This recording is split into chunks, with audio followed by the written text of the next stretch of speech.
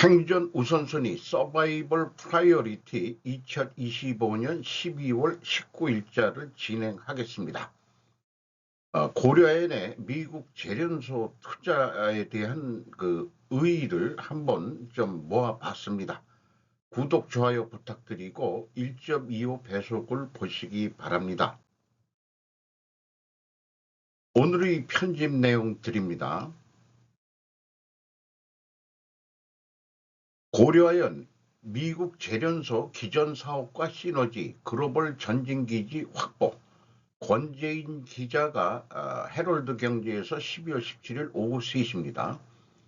미 현지 자원순환 사업 거점과 시너지, 2029년 동상업 생산으로 캐파 확대, 북미 고품질 원료 국내 재련소의 공급, 고려엔이 수익성과 성장성을 모두 제고하기 위해서 미국 테네시주 크락스빌 재련소, 미국 재련소와 기존 사업 간 시너지를 극대화하는 데 전사적 노력을 기울일 것이라고 17일 밝혔다.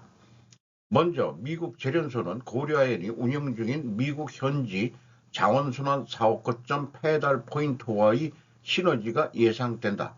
원료 조달부터 재련 판매로 이어지는 밸류 체인을 한층 확장해 미국 재련소가 북미 시장 입지를 넓히는 데 이바지하고 중장기 매출 증대를 촉진하는 기반으로 자리매김할 전망이다. 고려아연의 미국 자회사인 페달 포인트는 PCB 스크랩, 유휴 IT 자산 등 전자 폐기물 처리 사업을 수행하고 2차 원료를 조달하고 있다. 은동을 함유한 태양광 폐패널과 웨이퍼, 연 니켈 등을 포함한 폐배터리를 수급하고 있으며 비철금속 트레이딩을 수행하는 자회사 캐더맨을 통해 다양한 동스크랩 원료를 확보하는 등 경쟁력을 강화하고 있다. 페달 포인트는 태양광, 폐패널, 폐납, 축전지 처리 물량을 확대할 방침이다. 이는 향후 미국 재련소가 연, 은, 동, 안티모니 등을 안정적으로 생산하는 데 일조할 수 있다. 미국 정부가 공급망 변화를 선도하는 핵심 기업으로 고려아연을 사실상 인정한 만큼 고려아연은 한미 양국의 경제안보, 대한민국의 국익 증진에 기여하는 중추기업으로 도약할 것이라고 말했다.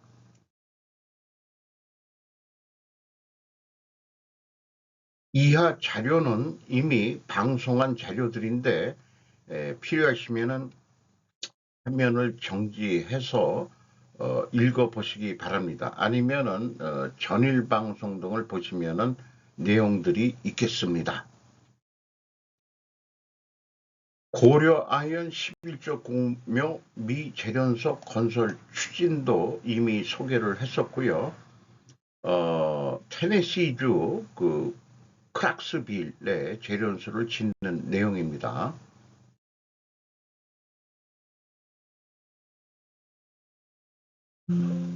고려아연은 미국 테네시주 크락스빌에 재련소를 짓는다.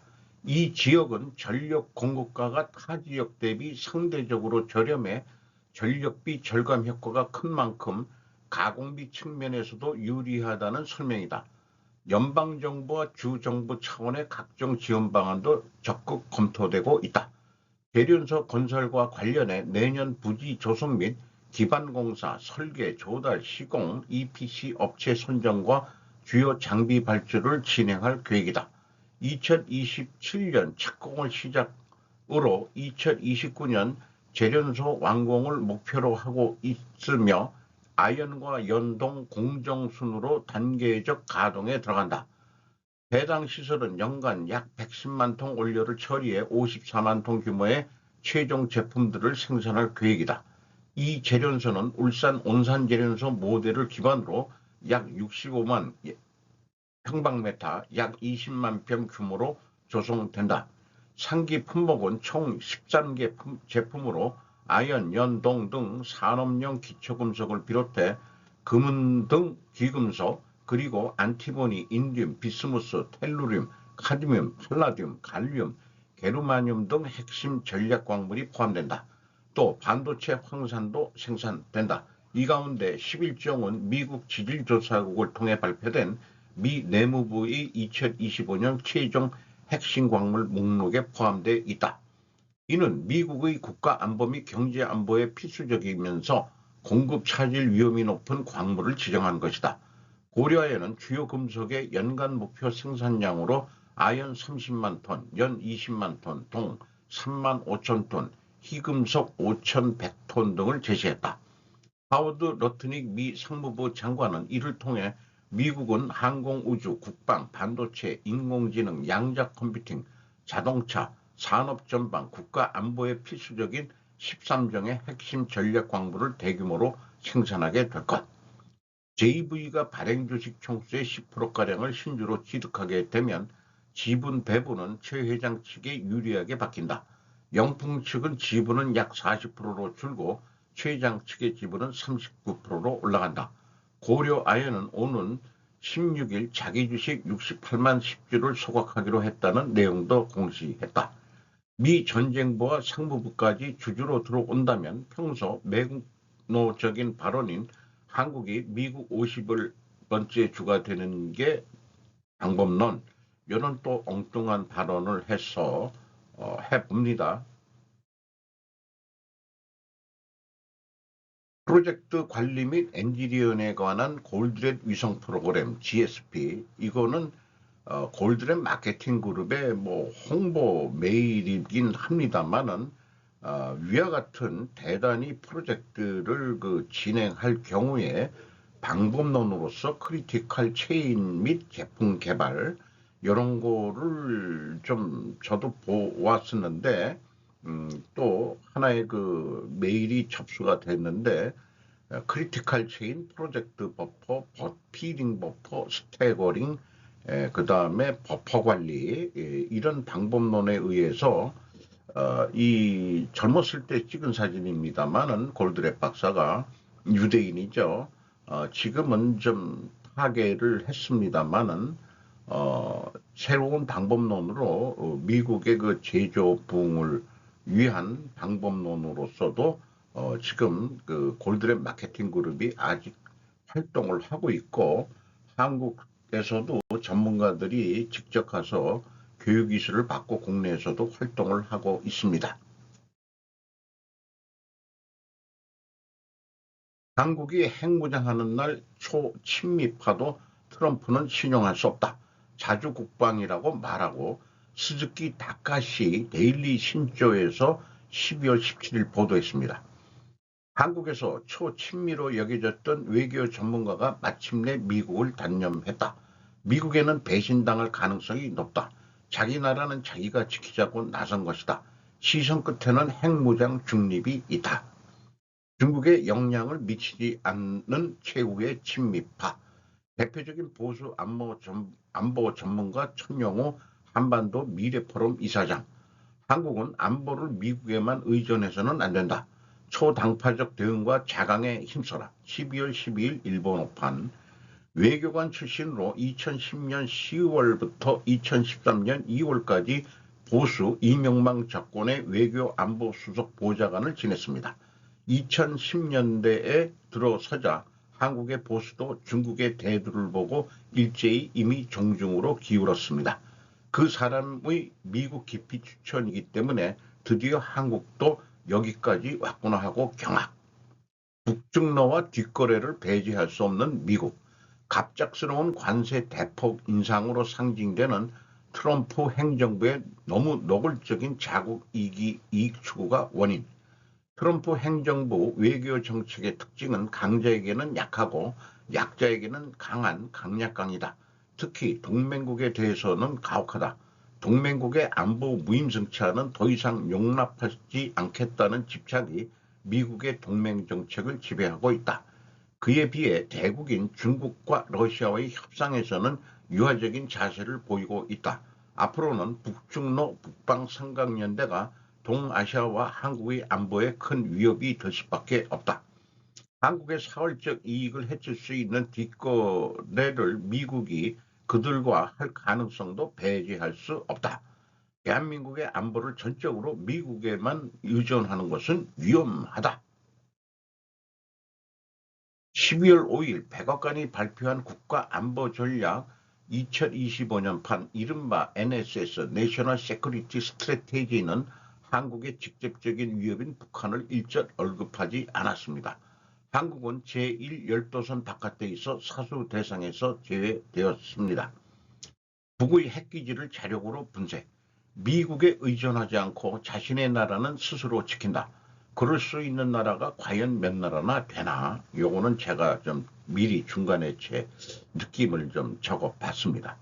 추상론에 머물지 않습니다. 한국의 가장 큰 위협인 북한의 핵미사일 기지를 자력으로 파괴할 수 있는 능력을 갖추자고 제안했습니다. 북한의 핵미사일 선제 사용을 거부하는 능력의 정비가 가장 시급하다. 현무5 같은 탄도미사일 전력을 대대적으로 증강하고 다층 미사일 방어망도 촘촘하게 정비해야 한다. 전시의 작전 통제권의 회수를 서둘러라고도 제언한 것입니다. 작전 통제권 문제에서도 보수의 껍데기에서 벗어나 자신들의 방위는 이제 미국에 맡기지 않겠다는 결의를 분명히 표명한 것입니다. 우려하는 농축을 서둘러라. 일반 탄두로 북한 핵기지의 일부는 파괴할 수 있어도 완전히는 무리. 농축기술은 아무리 가까운 동맹국이라도 절대 제공하지 않는다. 미국은 그래서 스스로 개발해야 한다. 미국은 1987년 미일 원자력 협정에서 일본의 농축에 대한 포괄적인 사전 동의를 부여했다. 하지만 일본은 그 시점에서 이미 파일럿 플랜트, 상업 생산전의 소규모 시험 설비를 가동하는 등 이미 기술을 가지고 있었다.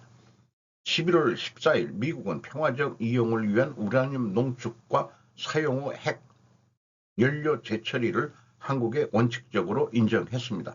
10월 29일 한미 정상에 따른 조치입니다. 그러나 미국의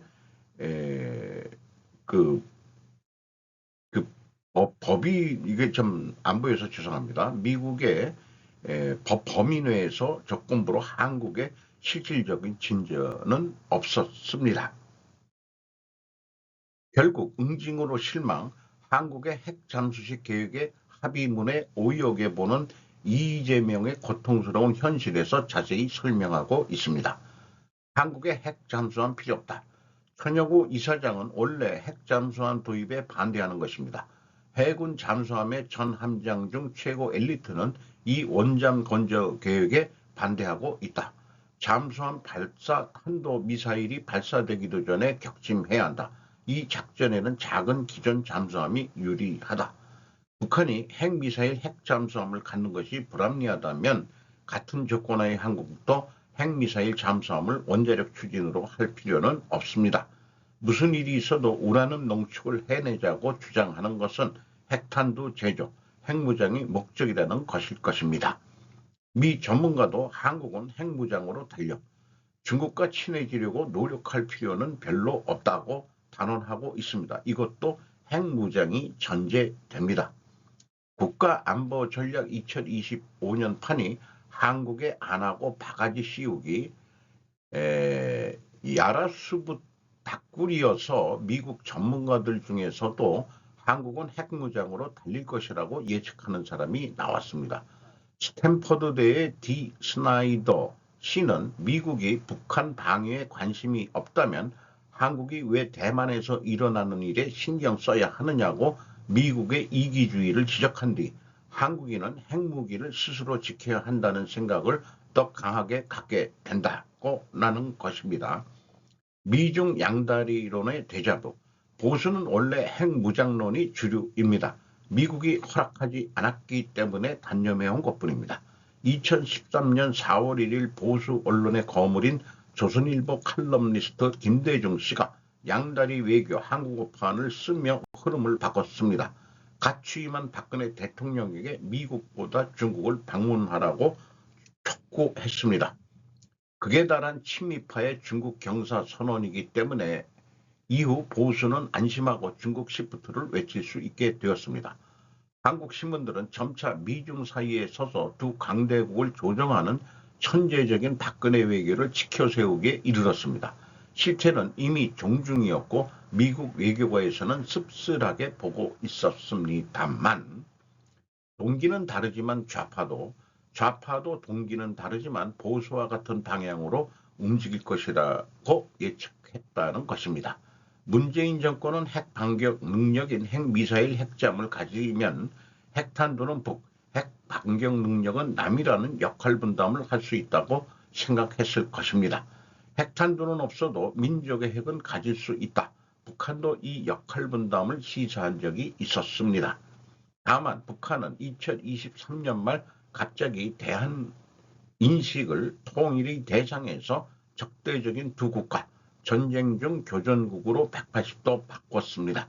한국 문화를 차단하려는 의도였습니다. 배신당한 사람들끼리 재갈을 차리다. 한국의 좌익, 북한의 갑작스러운 배신에 곤혹스러워하고 있습니다. 한국의 보수의 근본 교리였던 한미동맹 강화와 진보 정책의 출발점이었던 남북관계 개선이 모두 불가능해진 것입니다. 핵무장 중립으로 재갈을 갖춘다고 읽힐 것입니다. 공교롭게도 같은 시기에 좌파는 북쪽에 국한되고 보수는 미국으로부터 버림받고 말았다. 각각의 본전에게 배신당한 좌우에 있어서 대립의 재료가 사라져 버린 것입니다. 핵무장 중립이 흐르다. 현실 문제로 한국은 누가 정권을 잡든 미국을 떠나 북한과는 거리를 두는 흐름을 타고 있습니다. 결과적으로 핵무장하고 중립화하는 가까운 것으로 흘러갈 가능성이 높아진 것입니다. 그런데 이 글을 읽으면서도 저는 핵무장 중립의 결과가 왜 친중으로 읽히는지 모르겠습니다. 그래서 제가 갈등 해소도를 좀 그려봤습니다. 국가의 생존을 위하여는 반드시 미국의 우선주의에 대응해야 한다. 미국의 우선주의에 대응하기 위하여는 반드시 핵무장을 하여야 한다. 이것이 아마 자주파적인 입장일 겁니다. 국가의 생존을 위하여는 반드시 남북관계를 개선해야 한다. 남북관계를 개선하기 위하여는 반드시 핵무장을 하지 않아야 한다. 여기가 조금 뭐라고 표현할 거예요. 그래서 왜냐하면을 하는데 요거부터 읽어보면은 C와 D 프라임 좌파 입장에서는 미국의 핵우산으로 안보를 의존하고 재정을 민생에 더 사용하고 선거표를 얻을 수 있기 때문이다. 그러면은 위의 핵무장론은 보수 입장에서는 미국의 월남 철수 때부터 자주국방은 박정희 정권 때부터의 목표였기 때문이다. 라고 얘기할 수 있겠습니다. 어쨌든 지금까지 미국은 한국의 핵무장을 반대했고 그래서 한국의 보수 세력을 견제하기 위해 좌파를 키워왔다고 본다. 한국 좌우에서 대립의 재료가 사라졌다는 진단, 그래서 핵무장 중립의 좌우가 모두 같이 간다는 설명이다. 그러나 어느 쪽에서 정권을 잡든 한국 비역할을 어기는 세력은 미국 입장에서는 항상 제거 대상이 될 것이다. 한일 통일교 회사는 그 단면의 하나일 뿐이다. 만약 한국이 핵무장 한다면 일본과 대만도 따라할 것이기 뻔하기 때문에 미국의 입장에서는 우라늄 농축도 자신들의 통제하에서 하게 하려는 의도이다. 그래서 그 농축 사업도 트럼프는 같이 하자고 제안했다고 이재명은 표현하지 않았습니까? AI 시대의 전력을 위한 SMR의 핵 연료는 필요한 것이다. 아무리 엘리트들이 언행이라고 해도 나는 이솝 아저씨의 박지론을 말합니다. 미중 사이에서 어느 한편에 확실히 서라고 말입니다. 이길 편에 확실히 서라고 말입니다. 더 밀리면 갈 곳 없는 세대 50대 대퇴사의 함의 시리즈라고 요거를 볼시자를 써버렸네요. 이지연 더 스코프 12월 17일 대퇴사와 엔잡러 시대유감 1편 2차 베이비 부모 세대 법적 정년 향후 10년간 954만 명 은퇴 전망 낀 세대 부모 자녀 부양 부담 쉽지 않은 재취업 결국 자영업 1964년에서 1974년생 2차 베이비 부모 세대다. 지금은 기득권이란 비판을 받을지 모르지만 사실 이들은 외환위기, 글로벌 금융위기 등 숱한 외풍을 감내해 왔다. 그런 이들이 지난해부터 은퇴를 시작했다. 현행 60세인 법적 정년이 연장되지 않는다면 10년 후 대부분 현직에서 물러난다. 문제는 수많은 2차 베이비 부모 세대가 70, 80대 부모님을 모시고 아직 독립하지 못한 자녀를 부양하고 있다는 점이다. 이들은 은퇴하는 순간 한국 경제는 더 큰 혼란에 빠질지 모른다. 말 그대로 대퇴사, 그리트 리시그네이션의 충격이다. 2030 세대 젊음을 가졌지만 그것뿐이다. 지금 소득으로는 할 수 있는 게 없다. 내 집 마련은 불가능에 가깝고 결혼해 아이를 낳는 것도 언감생심이다. 상대적으로 낮은 임금은 점차로 오르지 않는데 물가는 하루가 다르게 치솟는다. 1만 원 한 장으로 제대로 된 밥 한 끼 먹기도 쉽지 않다. 그래서 2030 세대 상당수가 투잡을 뛴다. 남의 집 아이를 하원해주고 결혼식장 하객 아르바이트를 한다. N잡러가 돼버린 이들에겐 미래가 있을까? 세대별 사회경제적 사건 당시 연령을 비교표를 만들어져 있네요. 954만 명, 1964년부터 1974년 사이에 태어난 2차 베이비 부모서 세대의 숫자다. 전체 인구의 18.6%를 차지할 만큼 단일 세대로 규모가 가장 크다. 이들이 지난해부터 법적 정년 60세를 맞았고 향후 10년에 걸쳐 은퇴 수순을 밟을 것으로 보인다. 최근 인기를 끌었던 JTBC 드라마 서울 자가의 대기업 다니는 김 부장 이야기의 주인공 김 부장을 생각하면 이해하기 쉽다. 50대 중년으로 아직 독립하지 않은 자녀를 부양하고 있지만 일자리에선 조기 은퇴 압박에 시달리는 게 대다수 2차 베이비 부모 세대의 현실이다. 1,000만 명에 육박하는 2차 베이비 부모 세대의 은퇴는 사회 경제적으로도 여파가 클 수밖에 없다. 2차 베이비 부모 세대의 이중고. 그럼에도 짚어야 할 건 있다. 통계엔 언제나 평균의 함정이 있다. 모든 2차 베이비 부모 세대가 안정적인 기반을 갖춘 건 아니다. 소득 5분위별 순자산 점유율을 살펴보면 소득 상위 20%에 해당하는 5분위의 순자산 점유율이 47.3%에나 달한다. 경년 연장 효과 제한적, 반면교사와 결국 자영업. 실제로 한국은행은 지난 5월 발표한 늘어나는 고령 자영업자 그 이유와 대응 방안 보고서에서 은퇴자를 위한 상용 일자리가 부족해 2차 베이비 부모 세대의 상당수가 생계 유지 등을 위해 자영업 시장에 진입할 것이라고 예상된다고 밝힌 바 있다. 그 결과 2015년 142만 명 수준이던 60세 이상 자영업자가 2032년엔 248만 명으로 증가할 것이라는 게 한국은행의 전망이다. 참고 지난해 국세청에 폐업을 신고한 사업자 개인 법인은 사상 처음으로 100만 명을 넘어섰다. 그중 소매업 29.7%, 음식점 15.2%, 비중의 전체의 44.9%였다.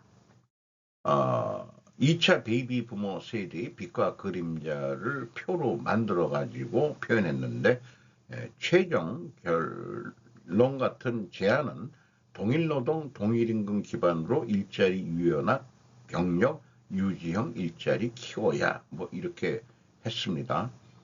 김준모 건국대 행정학 교수는 2차 베이비 부모 세대는 교육 수준, IT 기술 활용 능력뿐만 아니라 그동안 쌓아온 업무 경험이나 숙련도가 높다면서 이들의 경력을 이어갈 수 있도록 전년 연장뿐만 아니라 계속 고용제도를 준비해야 한다고 설명했다. 정혜윤 부연구위원은 시간제 일자리라도 사회보험을 보장하고 동일노동 동일임금 원칙에 기반해 안정적인 소득을 벌 수 있도록 일자리 제도를 유연화할 필요가 있다. 충분한 정책적 지원 없이 은퇴한 1차 베이비 부모 세대는 경력과 무관한 공공 일자리나 열악한 단기 일자리에 내몰렸다. 과연 2차 베이비 부모 세대는 다른 노후를 맞이할 수 있을까? 그래서 저도 1차 베이비 부모 세대 바로 이전이지만은 마음가짐을 이제 배고픈 늑대로 살겠다는 결심을 하라고 저는 얘기할 것 같습니다. 마치 안전한 성안에서 거친 광야에 유배되는 형국으로 인식을 하시면 되지 않을까. 이렇게 좀 다리도 절고 지팡이도 짚었지만은 저와 어떻게 이렇게 유사한 저의 입장을 표현했는지, 왕년에 이렇게 성안에서 뚱뚱하고 이랬었는데 현재로서는 깡 말라서 말른 거죠. 저를 보는 것 같은 이런 사파, 이거를 탈레브 책에서 가져온 그 사파죠. 제 경험으로는 야생의 늑대가 되시기 바랍니다라고 말씀드릴 수 있겠습니다. 자주 동맹파 갈등의 대통령실 정동영 미와 어긋난 주장할 수 있어. 신나래 기자가 동아일보에서 12월 18일 한미훈련 대북제재 이견 두고 이 개입 안에 의견들이 표출 가능. 정청래 사사건건 미결제 안 돼. 정동영 통일부가 옳은 방향. 외교부 한미협의 워킹그룹 아냐. 전문가들 사이에선 자주파와 동맹파 간 이견 속에 자주파의 목소리에 힘이 실리면 한미공조에 악영향을 미칠 수 있다는 우려가 나온다.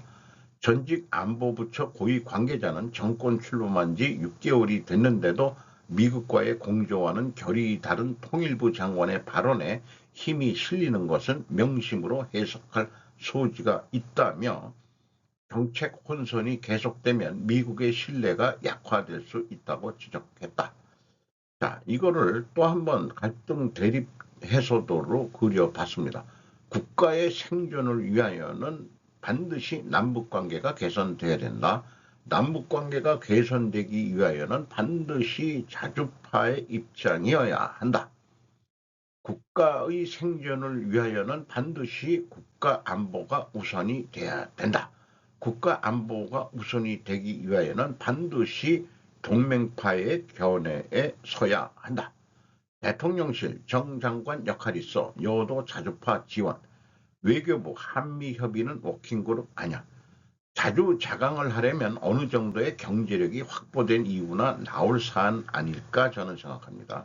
이스라엘 유대 자금이 있기에 미국과 지금 맞먹을 수 있는 거 아니냐. 우리가 유대인들처럼 그 정도 돈을 가지고 있다면야 미국과 맞짱 뜰 수 있겠지만은, 현재로서는 아까도 얘기했습니다만은 이솝 아저씨가 가르쳐준 대로 승리하는 편에 서야 할 것입니다. 호텔 롯데 계열사 순이익 순손실 뒤바뀐 공시 최소 6개월간 오류 지속. 연지연 권유장 조선비저 12월 19일 호텔 롯데 계열사 순이익과 순손실 뒤바꿔 공시 최소 6개월간 실수 인지 못해. 비상장사지만 자본시장법상 공시 의무 적용 대상. 금감원 경위 파악 후 조치 가능성. 호텔 롯데 실무 차원에서 실수 정정할 것. 2024년도 사업보고서에는 마이너스로 돼 있는데 2025년 반기 및 3분기 보고서에 수정이 됐다. 이런 얘기가 되네요. 호텔 롯데는 롯데그룹 계열사로서 비상장사지만 곧 자본시장법을 적용받는 사업보고서 의무 제출 법인이다. 규모 탓에 주식회사 등 외부 감사에 관한 법, 외관법도 적용받는다. 현행법상 자산총액 120억 원 이상, 부채 총액 70억 원 이상, 매출액 100억 이상, 종업원 100명 이상 중 두 가지를 충족하면 외부 감사 대상이다. 사업보고서 기재 내용 오류는 자본시장법에 따라 조치하고, 분식회계 등 회계적인 이슈가 있으면 외관법에 따라 제재한다. 이런 거는 우리가 이제 그 상식으로 알고 있으면 좋을 것 같아요.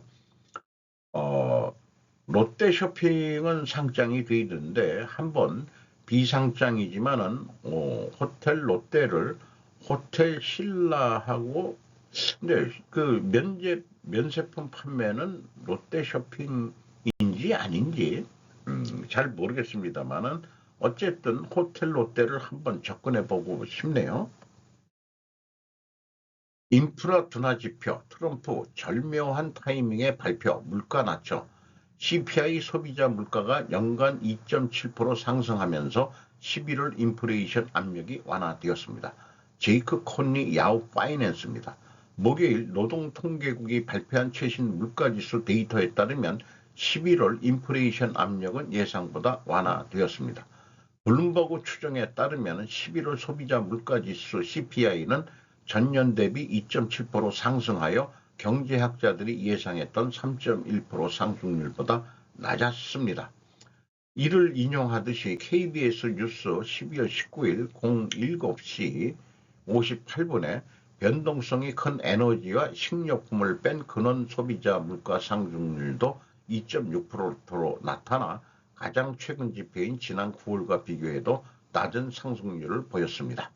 트럼프 대통령은 절묘한 타이밍에 물가가 발표됐다며 자신이 물가를 낮추고 있다고 크게 반겼습니다. 케빈 해시 미국 백악관 국가경제위원장은 진전을 이루고 있지만 어떤 곳엔 너무 깊은 구덩이가 파여 있어서 그곳에서 벗어나는 데 시간이 좀 더 걸릴 것입니다.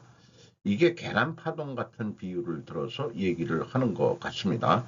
한편 이번 물가 발표는 10월부터 지난달까지 40일 넘게 이어진 연방정부 업무정지 셧다운 여파로 일부 통계 자료가 빠지거나 좀 부족하게 정보가 쓰이기도 했다고 미국 통계국은 전제로 밝혔습니다.